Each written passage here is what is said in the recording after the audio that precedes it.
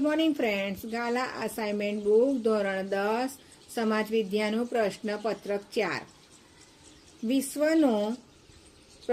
વિશ્વનો પ્રાચીન દેશ એફ ભારત છે. સારનાથનો સ્તંભ ડી 4 સિંહની આકૃતિ એ સારનાથનો સ્તંભ છે. હેણોત્તરો એટલે બી નારાયણ સરોવર અભયારણ્ય છે. એલ્યુમિનિયમની કાચી ધાતુ બોક્સાઇડ હોય કે બોક્સાઇડમાંથી એલ્યુમિનિયમ બને છે. સીસાની ધાતુ સી ગેલેના. ધોળાવીરા નગર આયોજનની દ્રષ્ટિએ શ્રેષ્ઠ નગર હતું. ખોટું. કવિ કંબલે તમિલ ભાષામાં રામાયણની રચના કરી. હા, સાચું. ઘોડાઈના લેન બદલતી વખતે વાહન ચાલકે સંકેતો બતાવવા જોઈએ. હા, સાચી વાત છે. નાઇજર એ સૌથી નિમ્ન માનવ વિકાસ આંક ધરાવતો દેશ છે. હા, સાચું. આતંકવાદમાં પરિણામે સમાજના લોકો એકબીજા પર વિશ્વાસ વધતો જાય છે. ના, ઘટતો જાય છે, એટલે ખોટું છે. ભારત એક ખાલી જગ્યા દેશ છે. ભારત એક બિન સાંપ્રદાયિક છે, કોઈ સાંપ્રદાયમાં માનતો નથી. રાષ્ટ્રીય સંગ્રહાલય ખાલી જગ્યામાં આવેલું છે. નવી દિલ્હી. રાષ્ટ્રીય સંગ્રહાલય કહો તો નવી દિલ્હી જ લખવાનું. પૃથ્વી પર જળ સંસાધનોનો મુખ્ય સ્ત્રોત એટલે વરસાદથી જ આપણને પાણી મળે છે, એટલે વરસાદ મળશે. વૃષ્ટિ.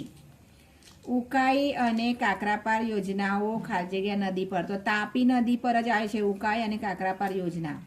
ખાલી જગ્યા વેપારમાં સમતુલા જાળવવી જરૂરી છે નહીં તો દેશની વેપાર તુલા નકારાત્મક બને છે. તો આંતરરાષ્ટ્રીય વેપાર સાથે આપણે સમતુલા જાળવવી જ પડે, તેથી આંતરરાષ્ટ્રીય આવશે.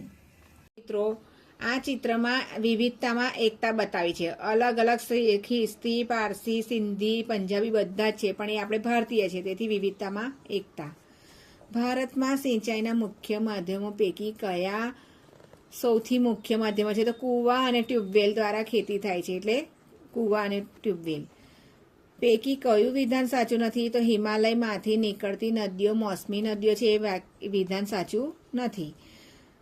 આર્થિક વિકાસ કોને કહે છે? તો લોકોનું જીવન ધોરણમાં સુધારો થાય, લોકો જીવન ઊંચું આવે એટલે એને આર્થિક વિકાસ કહેવાય.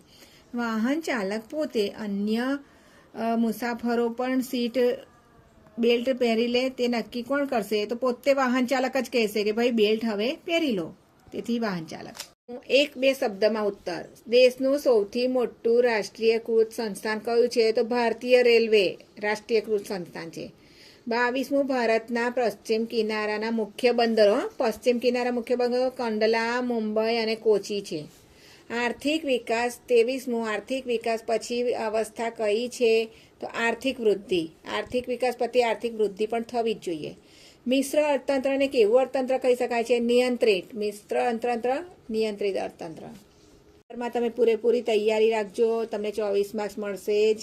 અને તમને બીજી કંઈક હેલ્પ હોય તો જરૂર કોમેન્ટ બોક્સમાં જણાવજો. Thank you.